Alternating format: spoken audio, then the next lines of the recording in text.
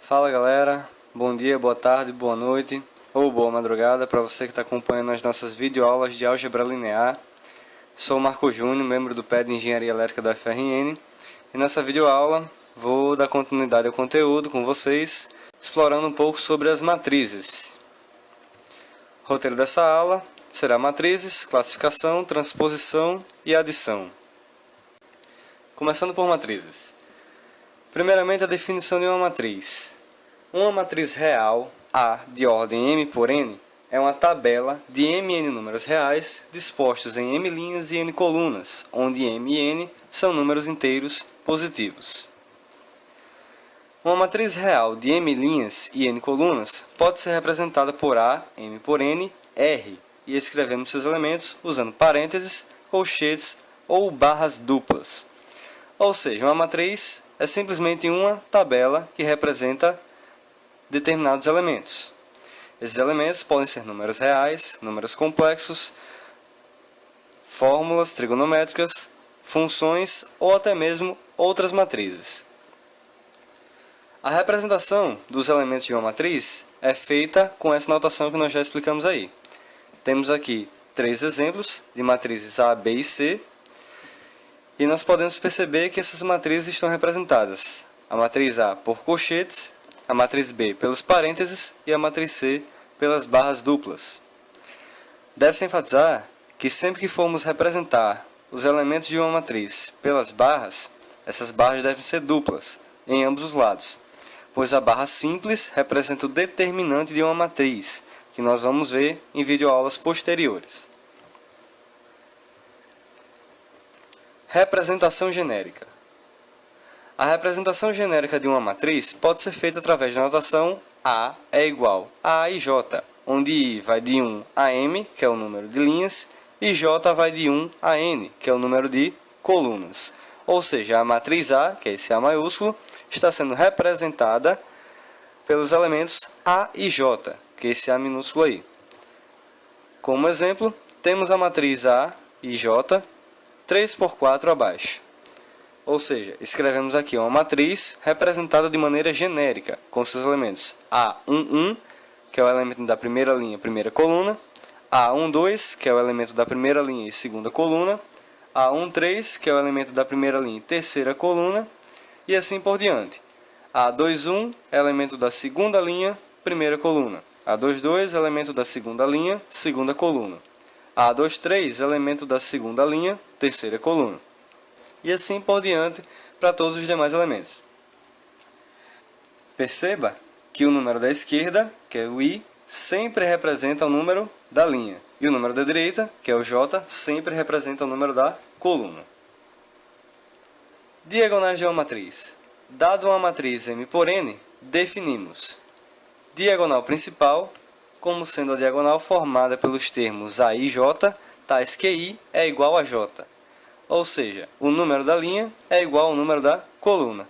E os termos que satisfazem essa condição são A11, A22, A33 e assim por diante. Definimos também diagonal secundária, formada pelos termos A e J, tais que I mais J é igual a N mais 1. Ou seja, a soma do número da linha com o número da coluna resulta em uma unidade a mais do que o número de colunas que aquela matriz tem. Se, por exemplo, tomarmos uma matriz quadrada de ordem 3, os elementos que satisfazem essa condição são A31, A22, A13. Ou seja, I mais J, 3 mais 1, 2 mais 2 ou 1 mais 3, sempre resultam em N mais 1, que é 4. Como exemplo, temos essa matriz aí de ordem 3, 3 por 3, e os elementos que formam a sua diagonal principal são o A11, que é o 1, A22, que é o 7, A33, que é o 8. E os elementos que formam a sua diagonal secundária é o A31, que é o 51, o A22, que é o 7, e o A13, que é o 5. Igualdade entre matrizes. Duas matrizes são consideradas iguais quando tiverem as mesmas dimensões e cada elemento de uma matriz for igual ao elemento correspondente da outra matriz. Por exemplo, considere as matrizes de ordem 3 por 3, ambas, A e B. E para que essas duas matrizes sejam iguais, devemos ter que A11 tem que ser igual a B11, A12 tem que ser igual a B12, A13 tem que ser igual a B13 e assim por diante para todos os demais elementos. Igualdade entre matrizes. Determine A, B, C e D para que as matrizes sejam iguais. Temos aí essas duas matrizes e queremos que essas duas matrizes sejam iguais. Quais são os valores de A, B, C e D para que isso seja verdadeiro? Para que essas matrizes sejam iguais, devemos lembrar que os elementos correspondentes devem também ser iguais. Portanto, podemos tirar as seguintes equações. 2A, que é o elemento 1, 1 da primeira matriz, é igual a 4, que é o elemento 1, 1 da segunda matriz. 3b, que é o elemento 1, 2 da primeira matriz, é igual a menos 9, que é o elemento 1, 2 da segunda matriz. E assim por diante com os demais elementos. Resolvendo essas simples equações aí, podemos concluir que o A deve ser igual a 2, B igual a menos 3, C igual a 3 e D igual a menos 2. Substituindo esses valores nas matrizes, podemos perceber que elas ficam iguais. Classificação. As matrizes podem ser classificadas em vários tipos, de acordo com as suas dimensões. Primeiramente a matriz linha, que é nada mais nada menos que uma matriz de ordem 1 por n. Esse aí é um exemplo de representação genérica, onde ela tem uma linha e um determinado número de colunas. E temos aí três exemplos de matrizes, K, S e D, de ordem 1 por 5, 1 por 8 e 1 por 6, respectivamente. Matriz coluna é uma matriz de ordem m por 1, ou seja, tem m linhas, mas apenas uma coluna. Esse é um exemplo de representação genérica e três exemplos, também KSD, de outras matrizes colunas. Matriz quadrada. Matriz de ordem n por n. O que isso quer dizer? Que o número de linhas é igual ao número de colunas daquela matriz. Temos aí um exemplo de representação genérica. E aqui três exemplos de matrizes quadradas. Uma de ordem 2 por 2, uma de ordem 3 por 3 e uma de ordem 4 por 4. Matriz triangular superior. É uma matriz em que os elementos A e J são nulos quando I é maior que J. Isso quer dizer o quê? Para todo elemento em que o número da linha for maior do que o número da coluna, esse elemento é nulo. Temos aí dois exemplos. Ou seja, uma matriz triangular superior é aquela matriz em que todos os elementos da diagonal principal para baixo são nulos. Matriz triangular inferior. Matriz em que os elementos A e J são nulos quando I for menor do que J. Temos aí dois exemplos que satisfazem essa condição. Ou seja, essa matriz, como a triangular superior, é uma matriz em que todos os elementos acima da diagonal principal são nulos. Na matriz triangular superior, era da diagonal principal para baixo. Na triangular inferior, da diagonal principal para cima. Matriz diagonal. Matriz com elementos A e J nulos para todo I diferente de J. Ou seja, temos aqui dois exemplos. As matrizes H e J, de dimensões 4 por 4 e 4 por 5, respectivamente, onde todo elemento em que I é diferente de J é nulo, ou seja, somente tem preenchida a diagonal principal dessa matriz. Vale salientar que esses elementos da diagonal principal também podem ou não ser nulos. Matriz escalar. Matriz com elementos A e J igual a 0, se I diferente de J, e A e J igual a K, se I é igual a J, onde K pertence aos reais. Ou seja, é uma matriz em que todo elemento fora da diagonal principal é nulo, e todo elemento da diagonal principal é igual a um número K, um número constante, como esses dois exemplos que estão ilustrados aí. Matriz de identidade. Matriz com elementos A e J é igual a 1, se I igual a J, e A e J é igual a 0, se I for diferente de J. Ou seja, todo elemento na diagonal principal é 1, todo elemento fora da diagonal principal é 0. Temos aí dois exemplos novamente. Matriz nula.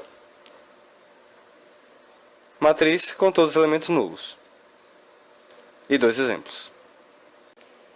Agora, transposição de matrizes. Primeiro vamos definir o que é a transposição. Dada uma matriz A de ordem M por N com elementos A e J, onde I vai de 1 a M e J vai de 1 a N, sua matriz transposta B com elementos B e J, onde I vai de 1 a N e J vai de 1 a M, é tal que B e J é igual a JI. Ou seja, percebemos aí que uma matriz transposta é aquela matriz que tem seus elementos trocados de acordo com as linhas e colunas. Ou seja, se nós temos a matriz A com esses elementos aí e uma matriz B com esses elementos aí, dado que a matriz B é a transposta da matriz A, ela vai ficar representada dessa forma aí. Percebemos que o elemento B11 corresponde também ao elemento A11. Porém, percebemos que para o elemento B12, nós vamos tomar o elemento A21 para representá-lo, como está ilustrado na terceira matriz aí. Se vocês perceberem, essa definição é mais simples do que ela pode aparentar. Para transpor uma matriz, basta você tornar as linhas colunas ou então tornar as colunas linhas. Se vocês perceberem, a primeira linha da matriz A é formada pelos elementos A11, A12 e A13. E esses elementos são os elementos da primeira coluna da matriz B, A11, A12 e A13. Procedendo da mesma maneira, a segunda linha da matriz A, A21, A22 e A23, é a segunda coluna da matriz B. E o mesmo processo para a terceira linha. A representação de matriz transposta é feita através dessa notação aí, com um Tzinho, ou seja, B é a transposta da matriz A. Agora um exemplo. Seja a matriz A, 2 por 3, encontre sua transposta. Simples. Para nós encontrarmos a transposta dessa matriz, basta tomarmos cada linha e transformarmos essas linhas em colunas. A solução é essa daí. Perceba que a primeira linha da matriz A se tornou a primeira coluna da sua transposta. E a segunda linha da matriz A se tornou a segunda coluna da sua transposta. Simetria na transposição. Uma matriz é dita simétrica quando a sua transposta é igual a ela mesma. E é dita antissimétrica quando a sua transposta foi igual à sua oposta. Temos essas duas observações aí. Primeiro, matrizes simétricas ou antissimétricas são necessariamente quadradas. E outra observação é que, em matrizes antissimétricas, todos os elementos da diagonal principal são nulos. Outros exemplos. Temos aí essa matriz A. Para encontrarmos a sua transposta, basta tomarmos cada linha e transformarmos em colunas. Fazendo esse processo, a transposta de A se torna essa daí. Se vocês perceberem, a matriz A é igual à sua transposta. Portanto, A é uma matriz simétrica. Próximo exemplo. Classifique a matriz em simétrica ou antissimétrica. Temos aí a matriz B. E para classificá-la, temos que encontrar a sua transposta. A transposta da matriz B é essa que está mostrada aí. E se nós percebermos, a transposta de B é igual à oposta dela mesma. Portanto, a matriz B é antissimétrica. Terceiro exemplo. Classifique a matriz em simétrica ou antissimétrica. Temos essa matriz C aí. Para classificarmos, temos que encontrar a sua matriz transposta, que é essa que está ilustrada aí, sempre com aquele mesmo processo. Perceba que a primeira linha, que é o 0, menos 2, 1 quinto e 0, se tornou a primeira coluna. Segunda linha, menos 2, 7, 9, menos 1. se tornou a segunda coluna. Terceira linha, 1/5, 9, 0 e 8, se tornou a terceira coluna. E a quarta linha, 0 menos 1, 8 e 4, se tornou a quarta coluna. Podemos perceber que a sua transposta é igual à própria matriz, portanto ela é classificada como simétrica. A adição de matrizes.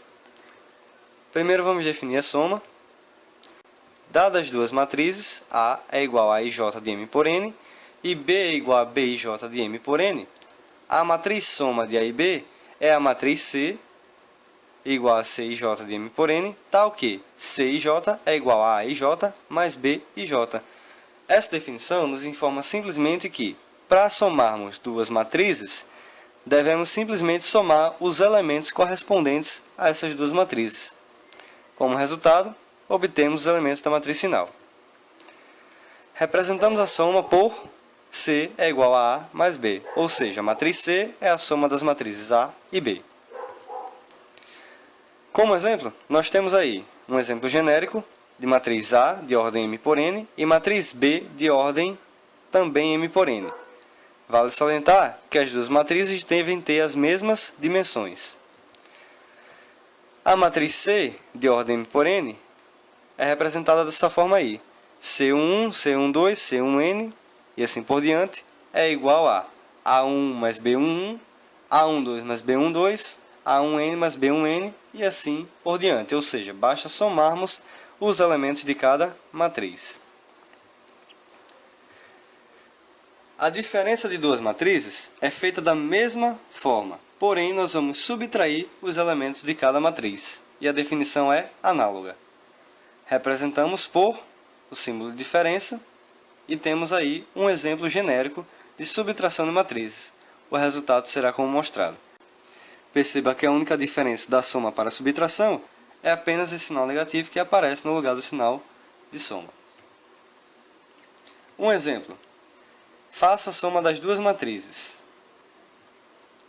É simples proceder. Basta fazermos a soma de cada elemento correspondente, como está ilustrado aí. E o resultado é essa matriz, menos 4, 2, 2 e 4. Outro exemplo. Faça a diferença das duas matrizes. Perceba que tanto nesse exemplo quanto no anterior, as matrizes têm as mesmas dimensões. Então, para subtrairmos essas duas matrizes, basta nós equacionarmos e subtrairmos elemento a elemento, estando atento ao jogo de sinal quando for necessário. E o resultado será esse aí.